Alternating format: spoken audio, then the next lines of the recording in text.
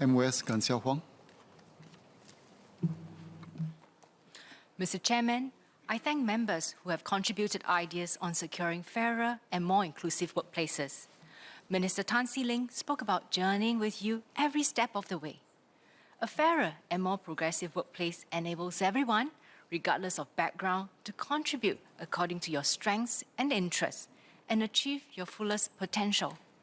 I will share more on how we plan to continue journeying with you. The pandemic has changed the way we work. Flexible work arrangements, or FWAs, have become more prevalent and important. Employers increasingly see the value of flexible work arrangements to attract and retain talent and to tap on a wider pool of manpower. While the focus during the pandemic was on telecommuting, flexible work arrangements go beyond telecommuting and includes other work arrangements such as part-time work, staggered work hours, job sharing, flexible shift scheduling, and so on.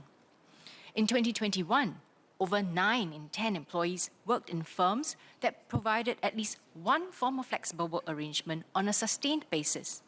This is up from 7 in 10 employees in 2019.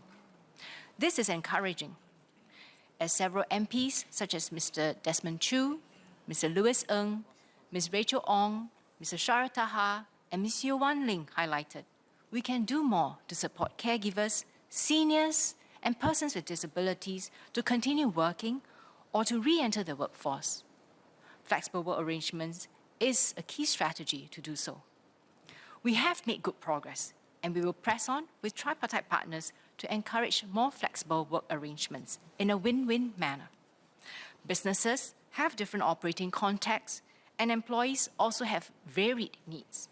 The key is for management and staff to have regular dialogue with each other to better understand each other's needs and build mutual trust. Implementing flexible work arrangements in a rigid manner before employers are ready risks creating a more acrimonious workplace culture and affecting workplace productivity, which ultimately hurts employers and employees. While we can understand Mr. Louis Chua and Mr. Louis Ng's good intention, legislation is not a panacea. In jurisdictions with flexible work arrangement legislation, employers can still reject requests that are not practicable for the business. The UK, one of the first few countries that implemented a right to request flexible work arrangement legislation, only saw the proportion of UK workers using flexible work arrangements increasing very marginally from 26% in 2013 to 30% in 2020. We need to first focus on shaping the right norms at work and building mutual understanding between employers and employees on flexible work arrangements. As announced previously, the tripartite partners are working closely to formulate and introduce tripartite guidelines on flexible work arrangements by 2024. The guidelines will require employers to consider requests for flexible work arrangements fairly and properly. To Mr. Gerald Giam's question, while employers have the prerogative to accept or reject flexible work arrangement requests, they must have valid reasons for their decision. At the same time, employees should be reasonable in their requests and use flexible work arrangements responsibly. For example, certain forms of flexible work arrangements are simply not practical for some jobs, such as expecting full telecommuting for a job role in machine maintenance. Some flexible work arrangements may also have significant resource implications, which employers understandably need to take into consideration when assessing the requests. We must also differentiate the impact of flexible work arrangements on individual and team productivity. For instance, while some employees may feel more productive telecommuting and want to work from home more frequently, team productivity could fall due to reduced in-person interaction and collaboration. As such, we need to allow employers and employees time to adjust and find the optimal balance at the individual employee and business levels when implementing flexible work arrangements. What we want to see is a workplace norm where employees feel comfortable requesting for flexible work arrangements, while understanding that while not all requests can be acceded to due to business needs, the request will be assessed properly and fairly. The tripartite partners will deliberate on these issues when crafting the tripartite guidelines, and we will consult widely to ensure that the guidelines are practical and well-balanced in supporting the needs of both businesses as well as the employees. Besides shaping norms, we have been working with the tripartite partners to strengthen support for employers in implementing flexible work arrangements. Many MPs have called for this over the years, including Ms. Yeo Wan Ling, Mr. Yip Hon Wing, Mr. Louis Chua, Mr. Louis Ng, Ms. Rachel Ong, Mr. Shara Taha, and Dr. Wan Rizal, and many others. It is in the employer's interest to make flexible work arrangements more available, as our surveys have found that flexible work arrangements had the greatest impact on staff retention amongst other progressive workplace policies. I encourage employers who offer flexible work arrangements to adopt the voluntary tripartite standard on flexible work arrangements and be recognized as progressive employers on Workforce Singapore's My Careers Future portal and job fairs, so as to better attract job seekers. Last year, the number of employers who worked in companies that adopted the tripartite standard increased by 18%. In total, more than 29% of all employees now work in companies that have adopted the tripartite standard. One example of a progressive employer is Starbucks, which many of us are familiar with. Starbucks Singapore offers a diverse range of flexible work arrangements, including part-time, flexi shifts, and shift swapping for their frontline employees. They provide additional support to employees with needs, such as by allowing parents to switch to part-time work to spend more time with their children or newborn, to care for their dependents or family members with special needs. Employees doing office-based tasks are allowed to telecommute where possible. The flexibility and support accorded to employees across different roles has contributed to Starbucks' low attrition rate for their employees, as well as 4 out of 5 frontline managerial posts being filled by their own in-house talent. I want to thank our tripartite partners, SNAF and NTUC, for their strong commitment in promoting flexible work arrangements at the workplace. Just last year alone, the tripartite partners engaged more than 2,000 employers, HR practitioners, and employees to encourage the adoption of the tripartite standard on flexible work arrangements and implementation of flexible work. These are done through SNAF's training engagements and NTUC's Better Workplace campaign. We also continue to see more employers tap on various resources, such as IHRP's playbook on hybrid workplaces and free clinics and sector-specific guides offered by TAFEP. We will continue to develop more resources to guide employers on how to comply with the upcoming guidelines. Mr. Shara Taha will be happy to know that in 2022, over 3 in 10 employed residents had telecommuted at some point in the month that they were surveyed. TAFEP has so far not received any complaints of unfair treatment relating to telecommuting over the past 2 years. Nevertheless, as we expect more people to take up flexible arrangements, it will be increasingly important to ensure that the HR practitioners are equipped to implement it in a fair manner. We will continue to enhance these efforts to enable flexible work arrangements at the workplace. If done well, we can create family-friendly work environments for our caregivers, which many think will be more sustainable than legislating parent care leave, as Mr. Louis Ng suggested.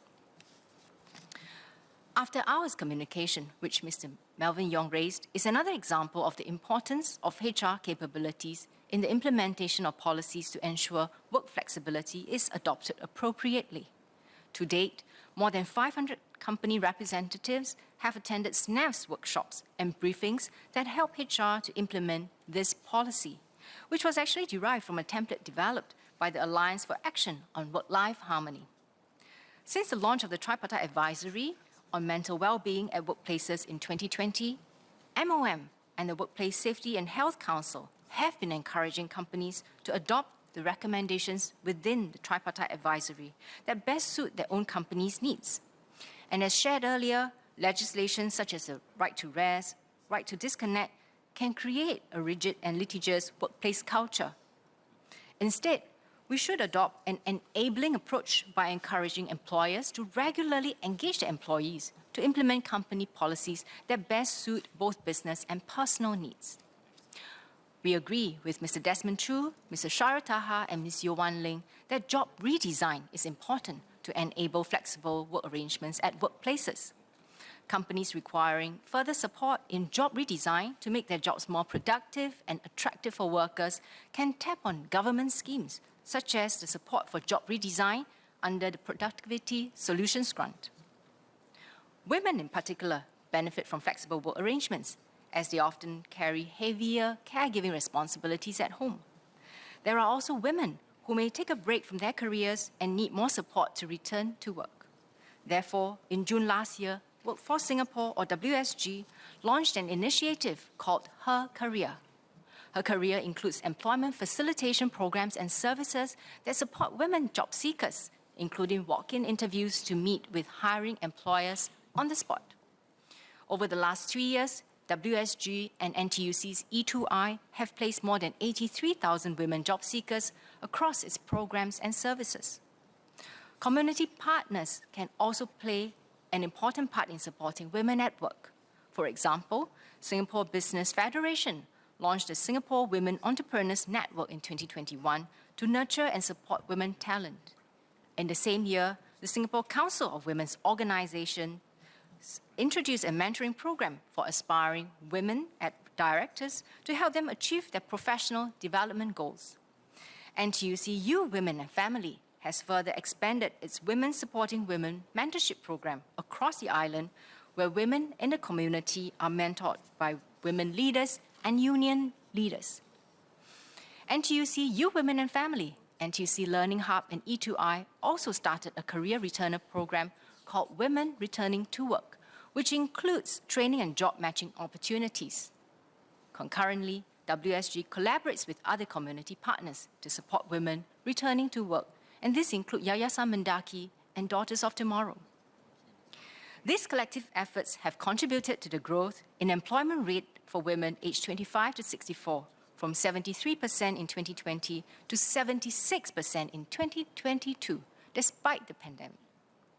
We will continue to work with partners to provide women with the support that they need, and we encourage employers to continue to do their part. We recognize that some groups may need more support to achieve their full potential in the workforce, such as persons with disabilities and ex-offenders. We are committed to providing them with the support they need, working hand in hand with our partners. We are encouraged that the employment rate of resident persons with disabilities has continued to improve, reaching 31.4% in 2021 to 2022. But we can do better as a society. Ms. Rachel Ong asked about raising the workforce participation rate of persons with disabilities, while Mr. Shara Taha asked about creating more employment opportunities for them. In the recently released Enabling Master Plan 2030, MSF and MOM set an employment rate target of 40% by 2030 for persons with disabilities. Our whole of society needs to come together to achieve this aspirational goal.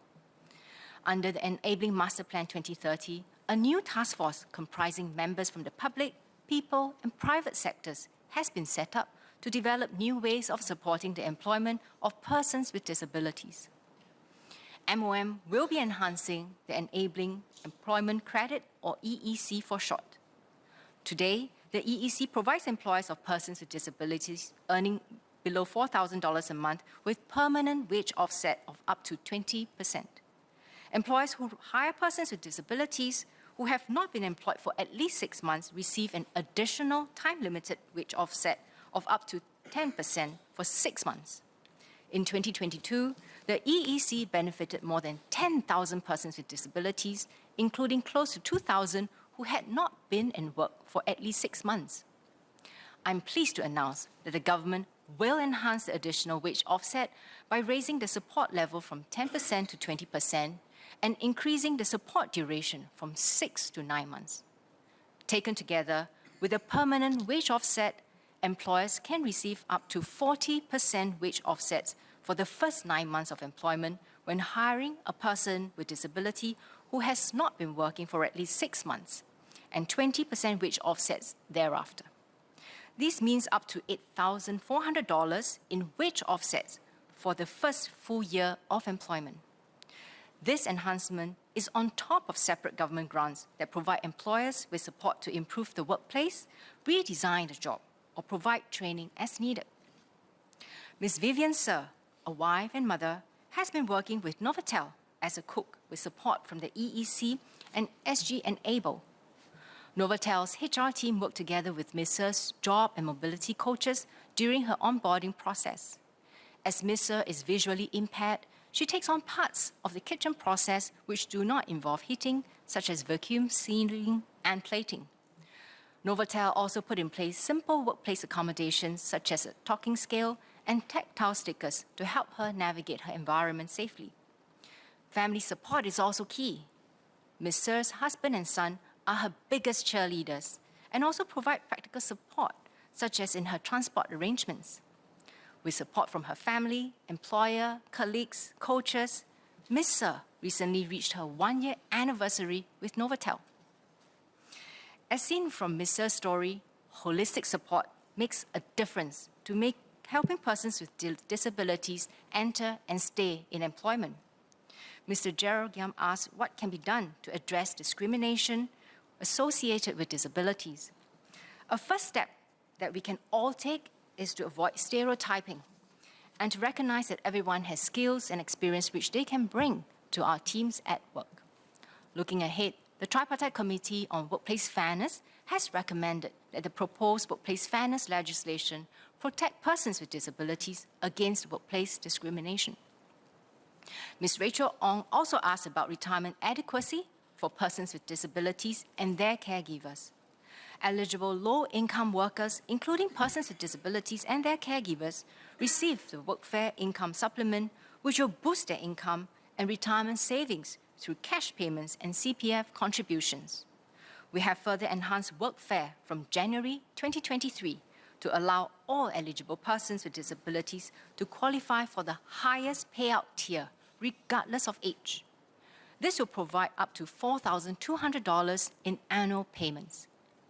The government also provides additional support to boost retirement adequacy, which will support persons with disabilities and their caregivers if they are unable to work and have little retirement savings.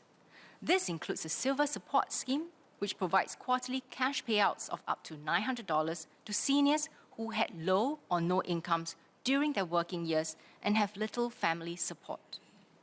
To encourage top-ups, we also introduced the Matched Retirement Savings Scheme, or MRSS, in 2021. Under the MRSS, the government will match top-ups of up to $600 per year to eligible seniors' CPF accounts. These measures will also help boost the retirement adequacy of homemakers whom Mr. Saktiandi spoke about. Ms. Rachel Ong asked about support for caregivers of persons with disabilities who wish to return to the workforce. Caregivers can tap on Workforce Singapore's suite of employment facilitation programs and services. For example, caregivers who need job search assistance can visit WSG's Careers Connect and NTUC's E2I Career Centres for career advisory and guidance. Those who need a skills top-up can apply for career conversion programs which provide training and salary support to employers who hire and reskill mid-career job seekers for new occupations. Another group that we pay close attention to is ex-offenders. Employment is critical for their successful reintegration into society. Ex-offenders sometimes face challenges such as stigmatization and limited career opportunities upon their release. The problems can be compounded by low educational qualifications, lack of industry-relevant skills, and recent work experience. The challenges are more acute in the initial years after release, as ex-offenders face problems transiting from prison to the work environment. A hiring incentive for ex-offenders will help encourage a wider range of employers to provide job opportunities to ex-offenders. We will introduce a new hiring incentive, the Uplifting Employment Credit, UEC for short, to continue supporting the hiring of ex-offenders. Under the new UEC, employers who hire ex-offenders through Yellow Ribbon Singapore and Singapore Prison Services employment programs will automatically qualify for a wage offset of 20% for the first 9 months, amounting to up to $5,400 for each ex-offender employee. Employers who hire eligible ex-offenders directly can apply through IRS to receive this credit. Employers will receive the credit for new ex-offenders hired between April 2023 and December 2025. We will review the scheme thereafter to assess its effectiveness in improving ex-offenders' employment outcomes, such as job retention and wages. We hope that this will go some way in supporting the employment of ex-offenders. Mr. Chairman, let me say a few words in Mandarin. 为了建立一个更包容的社会，我们将帮助每一位国人在劳动力市场上发挥潜力。有些社会群体更需要支援，如残障人士和事求。我们将加强残障人士雇用补贴计划，雇主每聘请一名至少半年无业的残障人士，可获得高达48%的月薪补贴，长达9个月。之后，雇主可继续享有高达28%的月薪补贴。在第1年内，雇主可获得总共高达8400元的补贴。我们也将推出一项新的就业补贴计划，帮助事求。在新计划下，雇主每聘请一名事求，可获得高达28%的月薪补贴，长达9个月，总额高达5400元。通过雇主、社区伙伴和政府携手合作，我们可以帮助更多残障人士和事求加入我国的劳动队伍，为社会做出宝贵的贡献。Mr. Chairman, everyone must play their part to secure fairer and more inclusive workplaces for Singapore. The government will continue to provide the support that you need and journey with you every step of the way.